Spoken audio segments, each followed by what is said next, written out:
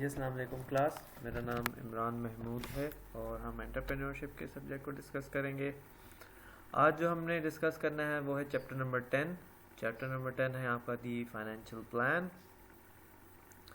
इसमें जो चीज़ें हमने पढ़नी है वो थोड़ी सी बजट से रिलेटेड हैं। फिर इसके बाद इनकम स्टेटमेंट्स, कैश फ्लो और बैलेंस शीट का मुतल्लिक है कुछ बात। फिर हम उसके बाद ब्रेक इवन एनालिसिस को डिस्कस करेंगे।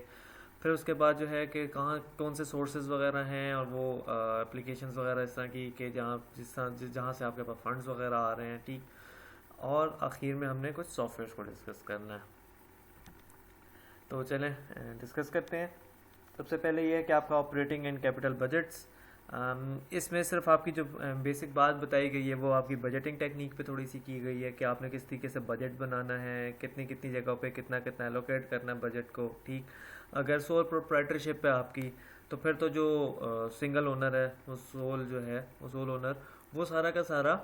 खुद से करेगा, ठीक है। वो इंडिविजुअल है, उस पर किसी का मतलब उस तरह से वो नहीं है, किसी का इन्फ्लुएंस नहीं है, तो वो ये सारी चीज़ें खुद करता है, ठीक। वो हेल्प किसी से लेना चाहे, गाइडेंस लेना चाहे, वो एक अलग बात है, बट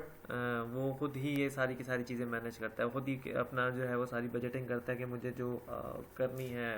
कोई चीज़ें अगर परचेज़ करनी है, लाइक मुझे अपने बिजनेस के लिए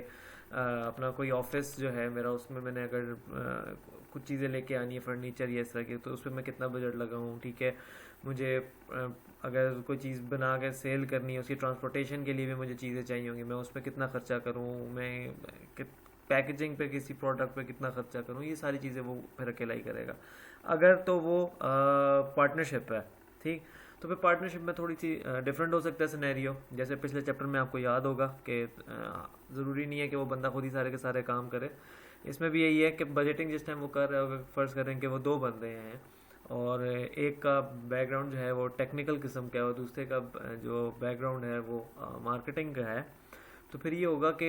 जब हमने सेल्स की बात करनी है या प्रमोशन मटेरियल बनाना है या इस तरह की कोई बात करनी है, तो हम मार्केटिंग वाले बंदे से कहेंगे कि वो बजटिंग टेक्निक अपनी यहाँ पे यूज़ करे, अपने सारे नॉलेज स्किल्स यूज़ करे और फिर वो उस हिसाब से अपनी चीज़ें बनाए,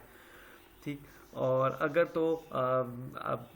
उसको ज़्यादा बेहतर नहीं पता होगा कि एक जो मैं मतलब अगर जो फर्म है वो कोई इंजीनियरिंग की है, ठीक है, इस तरह के इक्विपमेंट्स वगैरह बनाती है। अब ये है कि जो एक इंजीनियर है वो ज़्यादा बेहतर तरीके से जानता है कि जी मुझे इसमें जो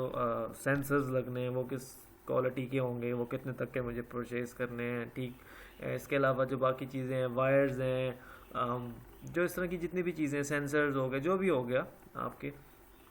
तो वो सारी की सारी चीज़ें मुझे कितने की पड़ेंगी और मुझे कितना इस पर टाइम लगेगा, तो वो वाली बजटिंग जो है इस तरह की इंजीनियरिंग प्रोडक्ट से रिलेटेड,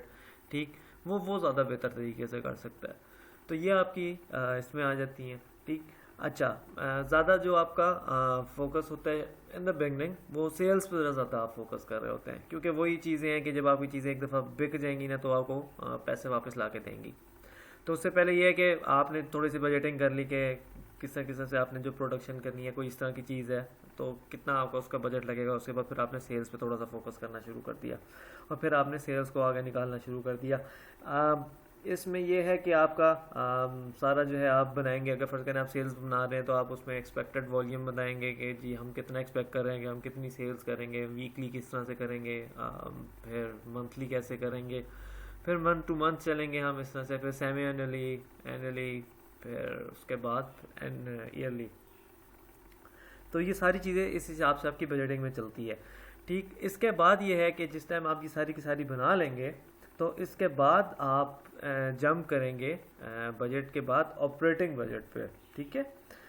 जब आप ऑपरेटिंग कॉस्ट वगैरह पे आते हैं तो उसमें यह है कि आपको जो है अपनी सबसे पहले जो है ना वो बनाने चाहिए कि आपकी जो फिक्स एक्सपेंसेस है ना वो कौन कौन से हैं। जब आप बजटिंग कर रहे हैं तो आप अब जंप करेंगे इस चीज़ पे कि आपके फिक्स जो एक्सपेंसेस हैं, लाइक आपका रेंट कितना है बिल्डिंग का, आपके तकरीबन अगर आपने कोई 2-4 एम्प्लॉयज़ रख लिए हैं कि वो ये काम करेंगे, कुछ भी काम करेंगे, तो उनकी कितनी सैलरी जाएगी। इसके अलावा आपका अगर आपने इंश्योरेंस ली हुई है किसी चीज़ की, क्योंकि इंश्योरेंस तो आपको मंथली जमा करानी पड़ती है और लाजमी जमा करानी पड़ती है, तो वो यूटिलिटी बिल्स आपके फिक्स हो जाते हैं कुछ चीज़ों के। बाकी तो चलें आपके उसमें होती है कि बिजली आप जितना यूज़ करेंगे उतना आपका आएगा, बट इसके अलावा आपके और भी बहुत से कुछ होते हैं, जैसे कहीं कहीं पे आपके सिक्योरिटी का जैसे बिल हो गया, सिक्योरिटी का आपने देना ही देना है, वो फिक्स है आपका। आपकी अगर कम जहाँ पे आपकी बिल्डिंग है वहाँ पे अगर आपका लिफ्ट लगी है तो लिफ्ट के फिक्स होंगे,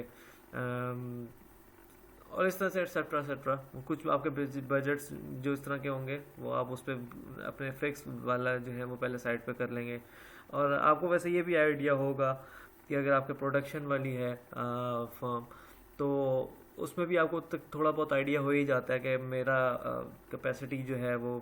100 चीज़ें बनाने की है, ठीक, एक साल एक मंथ में फ़र्ज़ करें, ठीक, तो मुझे उसमें एक मंथ में तकरीबन मेरा इतना खर्चा लग ही जाएगा। तो उसमें फिर ये है कि आप अपने जो फिक्स्ड एक्सपेंसेस होते हैं ना, वो सबसे पहले आप अपने उस बजट में डालते हैं, सबसे ऊपर से जब आप स्टार्ट करते हैं। फिर उसके बाद आप बाकी चीज़ों पे आते हैं, फिर आप मिसलेनियस वगैरह बना लेते हो, फिर आप उस पर इस तरह से अपने बजटिंग कर लेते होते हैं। इसके बाद आता है आपका परफॉर्मा इनकम स्टेटमेंट्स। परफॉर्मा आपको पता ही है क्या होता है, आपने अक्सर ये वर्ड सुना ही होगा। जो भी आपकी फॉर्मल डॉक्यूमेंट टाइप की चीज़ होती है जिसमें आप फॉर्मली और एक ज़रा एक सेल्फ एक्सप्लेनेटरी टाइप की चीज़ होती है, फॉर्मल बना हुआ एक डॉक्यूमेंट सा होता है जिसमें आपके सारे चीज़ें अमाउंट्स वगैरह लिखी हुई होती हैं, ठीक। आपके जो ये होती है जितनी भी खाने पीने की, आप कहीं जाते हैं कहीं पे भी डाइनिंग वगैरह करते हैं, वहाँ पे आपको वो जब वो बिल देते हैं वो भी आपका परफॉर्मा ही होता है। वो आपका बिल जो होता है उसमें आपको लिखा हुआ होता है बड़े अच्छे मतलब बड़े प्रेजेंटेबल वे में लिखा होता है, जिसको आप देखें तो आप बड़े इजीली समझ जाते हैं कि अगर आपने कोई चीज़ परचेज़ की है, लाइक आपने चिकन खाया है, तो उसके आगे उसकी एक प्राइस लिखी हुई होगी कि आपने 1000 इसका पे करना है, जो आपने सॉफ्ट ड्रिंक्स ली हैं उसके इतने हैं, जो आपने इस तरह की कोई भी चीज़ जो ली है कंज्यूम किया आप लोगों ने, तो वो उसकी इस तरह से लिखा होता है। ये आपके फ़ीस के जो वाउचर्स वगैरह होते हैं वो भी इसमें ही आ जाते हैं, ठीक। तो परफॉर्मा इस तरह की चीज़ें होती हैं जिसमें आपके फॉर्मली लिखी हुई होती हैं कि आपके कितने एक्सपेंसिव या डिजिट्स लिखे हुए होते हैं, उस तरह से आपको होता है। सबसे पहले परफॉर्मा ऑफ इनकम स्टेटमेंट्स पढ़ते हैं। इनकम स्टेटमेंट ये है आपकी कि आप इसमें देखेंगे कि आपने क्या अर्न किया है, निकालने का आपको पता ही है, आपने अभी अपने BBA में पढ़ा भी होगा इनकम स्टेटमेंट आप किस तरह से करते हैं। सिंपली यही है कि आप रेवेन्यू जो है वो उसमें से आप निकाल लेते होते सेल्स,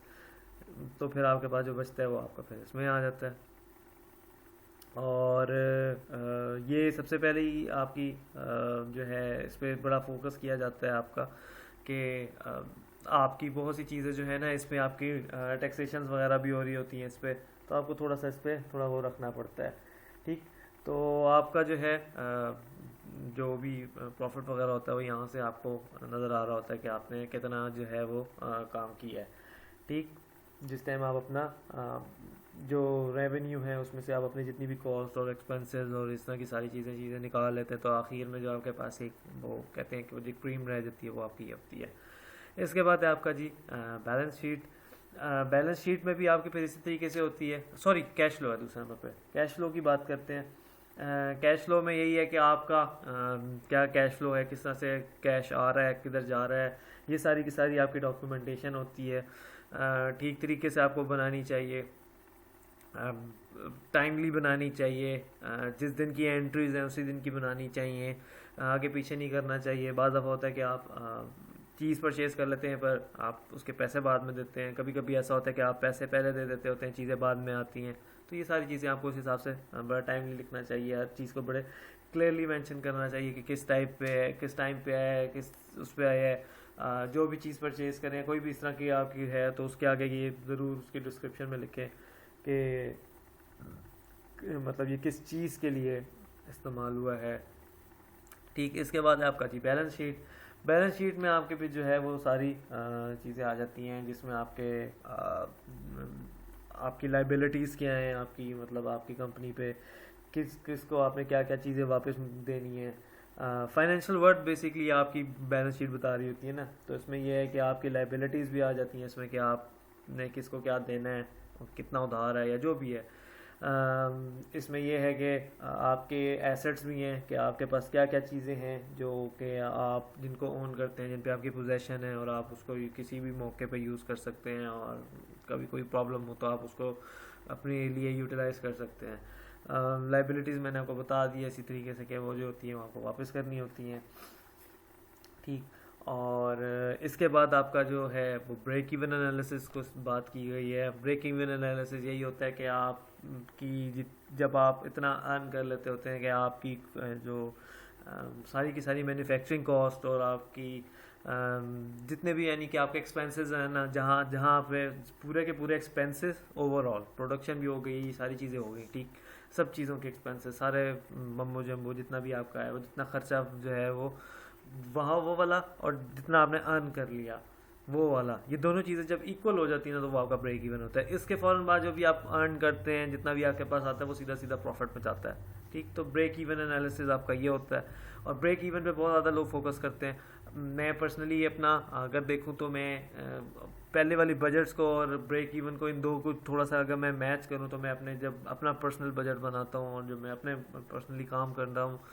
तो मैं उस पर यही फोकस करता हूँ कि एज सून एज़ पॉसिबल मैं अपना जैसे ही काम करता हूँ अपना ऑनलाइन वाला बिजनेस, तो उसमें मैं यही कोशिश करता हूँ कि जो मेरे ये एक्सपेंसेस है ना ये तो मैं फ़ौरन पूरे करूँ ना,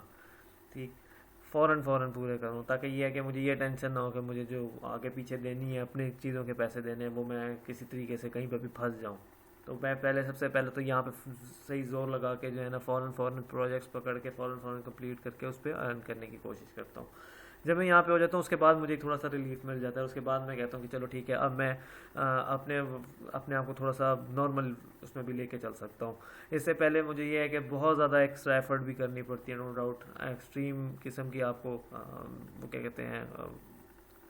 मतलब जान मारनी पड़ती है और आपको सही टिका के काम करना पड़ता है ताकि आप जो है इस जगह तक पहुंच जाएं, ताकि आपके ये वाले जो एक्सपेंसेस हैं ना वो सारे के सारे पूरे हो जाएं सुकून से, ठीक। इसके बाद है आपका pro forma sources and application of funds. इसमें ये बात हुई हुई है आपकी कि आपके जो सोर्सेज हैं ना फंड्स के जितने भी हैं वो आप उसको बड़े अच्छे तरीके से उस डॉक्यूमेंट्स को बनाएं। आप देखें कि आपके पास पैसे कहाँ से आ रहे हैं, किस तरह आ रहे हैं, कितने आ रहे हैं, किसने दिया है, ठीक, आपने उस पर जो दिया है उस पर आपने क्या कमिटमेंट किया कि आप उसको क्या वापस करेंगे, किस तरह से वापस करेंगे, उसके अगेंस्ट आप कितने पैसे देंगे या उसको प्रॉफिट देंगे, या अगर आपने इंटरेस्ट पर उठाया है तो उस पर कितना आपका इंटरेस्ट है, जो भी है वो सारी की सारी चीज़ें में फिर आपने इसमें बड़ी इन डिटेल लिखनी है। आखिर में आपकी बात हुई जी computer software packages for financial management. ये भी आपको पता ही है कि लोग जो है अपने फाइनेंशियल मैनेजमेंट के लिए बहुत से सॉफ्टवेयर वगैरह यूज़ करते हैं। ज़्यादातर हमारे यहाँ पे अगर आप नोट करें तो एक्सेल पे ही बहुत ज़्यादा काम चल जाते हैं आपके, क्योंकि एक्सेल एक बहुत पावरफुल टूल है, उसमें बहुत काम हो जाते हैं। तो बैंक्स में आपने नोट किया ही होगा कि बहुत ज़्यादा जो है ना एक्सेल यूज़ होता है जब भी इनकी कोई आती हैं चीज़ें, या कोई भी ऐसी कंपनी है जिसको कोई फाइनेंस का मैनेजर चाहिए होता है, इवन कोई मतलब एंट्री लेवल बंदा चाहिए या कोई मीडियोकर चाहिए या उनको कोई एक्सपीरियंस बंदा चाहिए, तो ये बात ज़रूर करते हैं कि जी उसको एक्सेल ज़रूर आना चाहिए, एक्सेल के बगैर गुजारा नहीं है। तो वो ये है कि फिर एक्सेल के जब आप बंदे बुलाते भी हैं तो उनसे फार्मूले वगैरह भी पूछते हैं, बाद दफ़ा कंप्यूटर पर बिठा के उनको कह देते होते हैं कि आप फार्मूला लिख के बताएं कि हमें इस तरह से ये करना है तो आप कैसे करेंगे। तो एक्सेल आपका एक बड़ा कॉमन टूल है। इसके अलावा बहुत ज़्यादा फॉर्मल किस्म के टूल्स हैं, बट ये है कि जब इस पे काम हो जाता है और ये सिंपल है और सबको आता भी है तो फिर ज़्यादातर लोग इसी पे ही फोकस करते हैं, क्योंकि बाज़ दफ़ा होती है कि फ़ाइल्स आप बना लेते हैं, जनरेट कर देते हैं, उसके बाद ये कि कहीं और जाके ओपन करनी हो, किसी और के जाके प्रेजेंट करनी हो तो वहाँ पर जाके बंदे फंस जाते होते हैं।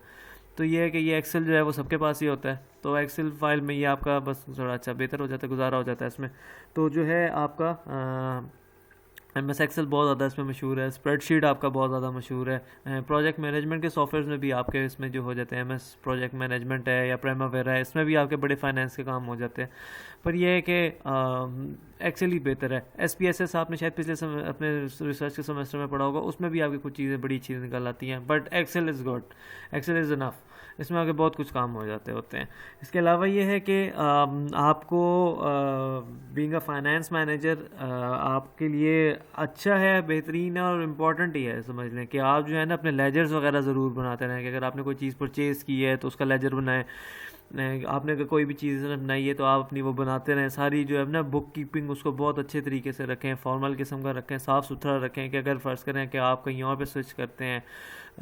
मतलब किसी और बिज़नेस पे जाते हैं और आप अब उसको खुद अब नहीं रन कर सकते, मतलब अब आपके पास टाइम नहीं है कि आप उस चीज़ को भी हैंडल करें, तो अगर आप कोई नीचे अपने पास कोई एम्प्लॉय रखें,